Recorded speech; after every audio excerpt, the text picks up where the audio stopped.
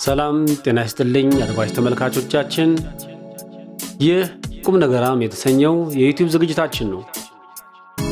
ለዛሬ አሳፋይሉ የጉለሌው ሰካራም በሚል ርዕስ ስር ያሰፈረውን እንደሚከተለው እናቀርብላችኋለን።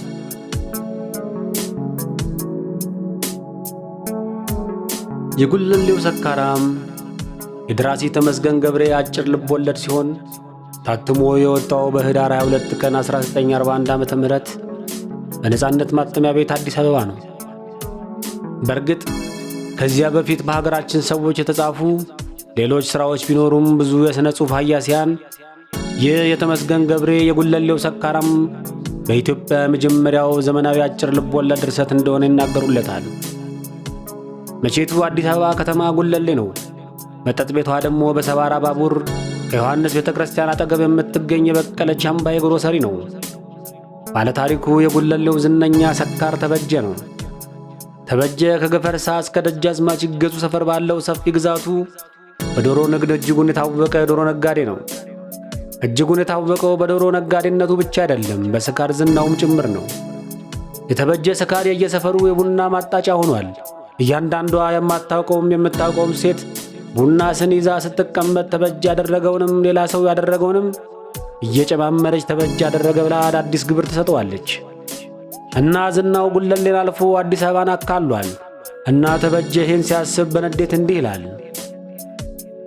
ጉለሌ ሥራው ወሬ ማብካት ነው፣ የፈለገውን ያብካ። በአጠቃላይ ግን ሰካራም እየተባለ የሚያደርገው መልካም ተግባር ሁሉ ሳያውቀው እንዳደረገው እየተቆጠረ አመድ አፋሽ ሆኖ ቀረ እንጂ ተበጀ መልካም ሰው ነው። አንዴ ወንዝ የገባችን ገረድ አድናለሁ ብሎ ራሱን ለጎርፍ አሳልፎ የሰጠ፣ ግን አሳማ ይዞ የወጣ ለመልካም ግብ ራሱን አሳልፎ የሚሰጥ መልካም ሰው ነው። ራሱን ይጠይቃል። የሰው ታላቅነቱ ምኑ ላይ ነው? መጠጥ ስላልጠጣ፣ ሚስት ስላገባ፣ ልጅ ስለወለደ፣ ሀብታም ወይም ድሃ ስለሆነ ነው? እኔ ከሙሉ ሰውነቴ ምን አጉድዬ ምን አጥፍቼ ነው ይህን ያህል ሁሉም ሰው እየተነሳ ሰውን እያለ ሊመክረኝ የሚነሳው? እያለ ለራሱ እስቲ ሰው ልሁን እያለ ለጋብቻ ጠየቃት ሴት ሁሉ ዝናውን ሰምታ በቁሙ ታሰናብተዋለች። የነፍስ አባቱ ሳይቀር ስካርህን ካላቆም ካልባርክህም ብለው ጉለሌ ያውጣ ብለው ለቁም ገሃነም ጥለውት ሄደዋል። ሁለተኛውን የነፍስ አባቱን ሁሌ እሑድ መጣ ቁጥር አገኛቸዋለሁ ይላል። እርሱ ግን እሑድ ዕለት መገኛው በከባድ አንጎበር እየተቀጠቀጠ ካልጋው ላይ ነው። የተበጀ ሕልምና የተበጀ እውን አልገናኝ ብለውት የተቸገረና ብስጭቱን ለመርሳት ወይ ለመስከር ወይ ለመደሰት የሚጠጣና የሚስቅ የሚጮህ እና ደግሞ ተመልሶ የሚጸጸት ባህሪ ስብዕና ነው የጉለሌው ሰካራም። ተበጀ መጠጥን ብዙ ጊዜ ለማቆም ከራሱ ጋር መሐላ ፈጽሟል። በበነጋው ግን ያው ነው። ውስኪ ከነጠርሙሱ ነው የተበጀ ምሱ። በሰካርነቱ ያልደረሰበት ውርደት የለም። ሰክሮ ያልወደቀበት መንገድ የለም። በሰከረበት ዝናብ ወስዶ እሳት አደጋ ተጠርቶ አንስቶት ያውቃል። የጉለሌ ሕዝብ ከወደቀበት ቦይ ተረባርቦ ያነሰዋል። እርሱ በማግስቱ ወደ ሥራው ይገባል። ለውለታው ተበጀ የጉለሌ ልጅ ነኝ ይላል። ድሃም ሆንን ሀብታም፣ ሰካራም ሆንን እርመኛ፣ ሁላችንም አባታችን ጉለሌ ነው እያለ ይፎክራል። ጸጉሩም መቀስና አስነክቶት አያውቅም። መጠጥና ትንባሆ እና ሳቅና ጩኸት አይለዩትም። ደብረ ሊባኖስ ገዳም ብትገባ የሚጠብቅ ዝምታ ነው። ወፍ እንኳን ጩኸት የላትም። ባህታዊው ውሃ ይጣፍጣቸዋል። ሰካራም ምን ልክፍት አምጥቶበት ነው መረጋጌሾና ብቅል የሚጋተውና የሚጮኸው እያለ ያውጃል። የጉለሌው ሰካራም ተበጀ ራሱን ይኮንናል፣ በራሱ ይሳለቃል። ውሃ እንዲጣፍጠውም ይመኛል። ግን ከአልኮል መጠጥ መላቀቅ አልሆንለት አለ። በመጨረሻ አንድ ባለዳስ ጎጆ ይሠራና በቤቱ ኮራዝና ክብሪት ከአልኮል መጠጥ ጋር ይዞ ይገባል። ሲያስበው መጠጥና እሳት በአንድ ቤት መግባት የለበትም ይላል ራሱ። ሰክሮ ቤቱን ቢያቃጥለውና አመዱ ቢወጣ እዚህ ጋር አንድ ጎጆ የነበረው ሰካራም ነበረ እያለ የጉለሌ ሰው እየተጠቋቆመ እስከ ዘላለሙ ሲስቅበት ሊኖር ነው። የጉለሌው ሰካራም ለቤቱ ክብር ሲል መጠጥ ለማቆም ወስኖ ለ1 ዓመት ከ9 ወር ከ9 ቀን አቆመ እና በዓመት ከ9 ወር በ9ኛ ቀኑ ግን ወደ መጠጥ ቤት ሲሄድ የናፈቁት ወገኖቹ እንደ ሀገር መሪ ባለ እልልታና ሆታ ሲቀበሉት መልሶ ሰክሮ ባቡር ሐዲድ ላይ ወደቀ። ባቡር እግሮቹ እንደፈጠጣቸው።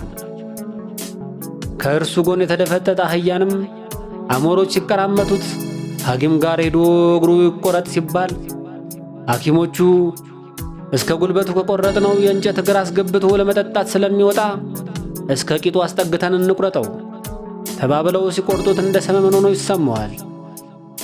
እግሮቹን መዝኑና አስታቅፉት ተብሎ 10 ኪሎ እግር ሲያስታቅፉት ወዘተ። እነዚህ ሁሉ አስፈሪ ትዕይንቶች ይቀያየራሉ እና በመጨረሻ ህልም የሆነውን ተቸግሮ ይጠይቃል የጉለሌው ሰካራም። ስንት እግር ነው ያለኝ? ስንት እግር ነው ያለኝ? የቤቱ ገራድ ይመልሱለታል። ልጆቼን ያሳደገችው ለ4 እግር ነው ያላት። ይሄ ደራሲ ተመስገን ገብሬ ኢትዮጵያዊ ቀደምት አጭር ልብ ወለድ በጨዋታ የተዋዛ አቀራረብ ያለው የማይሰለች የሰውን ውስጣዊ ስነ ልቦናና ማንነት ዘልቆ የሚያይ ማህበረሰባችንን ጠንቅቆ የተረዳ እና በድንቅ ሚዛናዊ ስፍራ ላይ ሆኖ የገጸ ባህሪያቱን እሳቤና ድርጊት የሚተርክ እጅግ ሸግዬ ዘመናዊ የፈጠራ ጥበብ ውጤት ነው እና ደግሞ እንደ አንድ ድንቅ የጥበብ ሥራ አዲስ ግዙፍ ነፍስን ከመንገድ ዳር መዞ ስጋን ላብሶ ነፍስ ዘርቶ እያጠጣና እያናገረ በህሊናችን አይረሴ የሆነ በቅርብ የምናውቀውን ሰው ይከስትልናል። እንደ ሞናሊዛ፣ እንደ ዶን ኪዮቴ፣ እንደ ጉዱ ካሳ፣ እንደ አባ ለምለምኔ፣ እንደ ባለ ካፖርቱ አካኪ አካኪየቪች፣ እንደ ታራስ ቡልባ፣ እንደ አደፍርስ፣ እንደ ሌሎችም ኃያል የብዕርና የቀለም ጋብቻ የወለዳቸው አይረሴ ፍጡራን አንዴ የጉለሌው ሰካራምን ያነበበ ፈጽሞ አይረሳውም። ምናልባትም እንዲህ እንደተበጀ በግላጭ ዝነኛ እንሆንበት እንጂ አሊያም እንዲጨርሶ አይለይለት እንጂ ሁላችንም ብንሆን ሰውነንና ጥቂት ተበጀነት ጥቂት ሲሲፈስነት አያጣንም። የጉለሌው ሰካራም በሁላችንም ውስጥ አለ። በተለያዩ የህይወት መስኮች ስንንከላወስ ከምንሸሸው ነገር መውጣት አቅቶን እየተጸጸትን ወደዚያው ወደምንኮንነው ነገር ደጋግመን ለምንመላለስ ብዙ ዓለማውያን ሰዎች ይሄ የጉለሌው ሰካራም ድርሰት ስለ መጠጥ ብቻ ሳይሆን ስለ ሌሎችም ሰዋዊ ውጉዝ ነገሮቻችን ጭምር በዘዋራ ሁነኛ መልእክትን የሚነግረን እውነተኛ የውስጥ ደወል ነው ብለን ልንቆጥረው እንችላለን። በበኩሌ ተበጀ ውስጤ ነው ይታየኛል። በጉለሌ፣ በሰባራ ባቡር፣ በዮሐንስ፣ በአዲስ አበባ፣ በደጃችን ገዙ ሰፈር፣ በበቀለች አምባዬ ግሮሰሪ ያውና እዚያ ማዶ የጉለሌው ሰካራም የኛ መስታወት። መልካም ጊዜ። አሳፍ ኃይሉ